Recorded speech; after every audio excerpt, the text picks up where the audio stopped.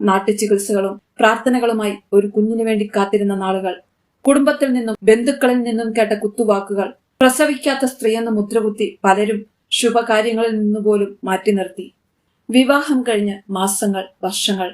80 വർഷത്തിനിടയിൽ 385 ആൽമരങ്ങൾ, 8000-ലധികം മറ്റു മരങ്ങളും നട്ടുപിടിപ്പിച്ച് സ്വന്തം മക്കളെ പോലെ പരിപാലിച്ച വൃക്ഷമാതാവ്, പരിസ്ഥിതി സ്നേഹികളുടെ നെഞ്ചിൽ നോവായി മാറിയ വേർപാട്.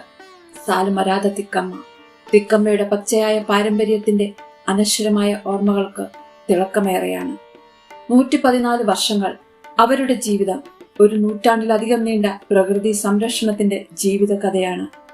1911 ജൂൺ 30 കർണാടകയിലെ തുംകൂർ ജില്ലയിലെ ഗുബ്ബി എന്ന കൊച്ചു ഗ്രാമത്തിൽ ജനിച്ച തിക്കമ്മ മാതാപിതാക്കളുടെ തണലിൽ കളിച്ചും ചിരിച്ചും നടന്ന ബാല്യം.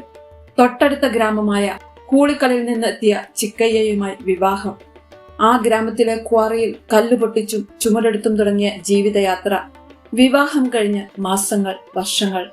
നാട്ടുചികിത്സകളും പ്രാർത്ഥനകളുമായി ഒരു കുഞ്ഞിനു വേണ്ടി കാത്തിരുന്ന നാളുകൾ, കുടുംബത്തിൽ നിന്നും ബന്ധുക്കളിൽ നിന്നും കേട്ട കുത്തുവാക്കുകൾ, അമ്മയാകാൻ കഴിയാത്ത ഏതൊരു സ്ത്രീയെയും പോലെ തിക്കമ്മയെയും തളർത്തി. മാനസികമായി തകർന്ന ആത്മഹത്യയെക്കുറിച്ച് പോലും ചിന്തിച്ച ദിനരാത്രങ്ങൾ.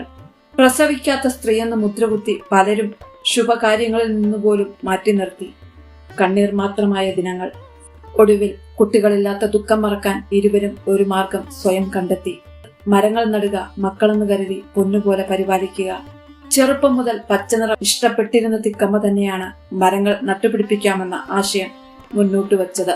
വീടിനു ചുറ്റും ചെറിയ ഫലവൃക്ഷങ്ങൾ നട്ടുപിടിപ്പിച്ചിരുന്ന തിക്കമ്മ മറ്റുള്ളവർക്ക് കൂടി ഉപകാരപ്പെടുന്ന മരങ്ങൾ നട്ടുപിടിപ്പിക്കാമെന്ന ആശയം മുന്നോട്ട് വെച്ചു. തണൽ മരങ്ങൾ നട്ടാൽ നാടിന് തണലും പക്ഷികൾക്ക് കൂടൊരുക്കാനുമാകുമെന്ന് ഇരുവരും കണക്കുകൂട്ടി. 1948 ഒരു ദിനം കൂളുകളിലെ നാട്ടിടവഴിയോരത്ത് ഇരുവരും ചേർന്ന് ഒരു പേരാൽ തൈ നട്ടു. വർഷാവർഷം മരങ്ങളുടെ എണ്ണം കൂട്ടി. ആദ്യം നട്ട മരം വളർന്നു പന്തലിച്ച് തണൽ കുട വിരിച്ചു. പിറകെ അവർ നട്ട ഓരോ മരങ്ങളും നാടിനെ ഹരിതാഭമാക്കി. പക്ഷികൾ വിരുന്നു വന്ന് കൂടൊരുക്കി. 1948 തുടങ്ങിയ ഉദ്യമത്തിൽ ഇരുവരും നട്ടുവളർത്തിയത് 385 പേരാൽ മരങ്ങളായിരുന്നു. 1991 തിക്കമ്മയെ തനിച്ചാക്കി ചിക്കയ്യ വിടവാങ്ങി.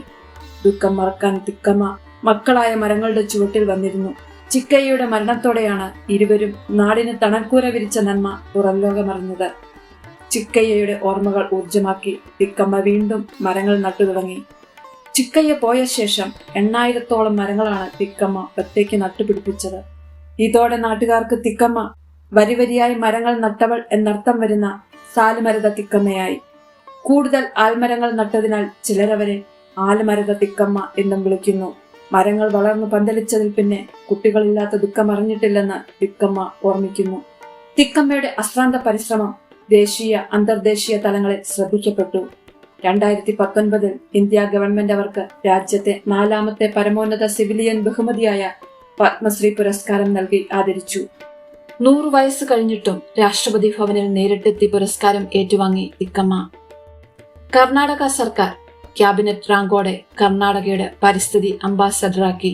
ഇതിനു പുറമെ 1997 ഇന്ദിരാ പ്രിയദർശിനി വൃക്ഷമിത്ര പുരസ്കാരം, 1995 നാഷണൽ സിറ്റിസൺ അവാർഡ് ഉൾപ്പെടെ നിരവധി പുരസ്കാരങ്ങൾ അവരെ തേടിയെത്തി. പാഠശാലകളിൽ അവരുടെ ജീവിതം പാഠ്യവിഷയമായി. തിക്കമ്മയുടെ ജീവിതം തിക്കമ്മ റിസോഴ്സസ് ഫോർ എൻവയോൺമെന്റൽ എഡ്യൂക്കേഷൻ എന്ന US പരിസ്ഥിതി സംഘടനയ്ക്ക് പ്രചോദനമായി.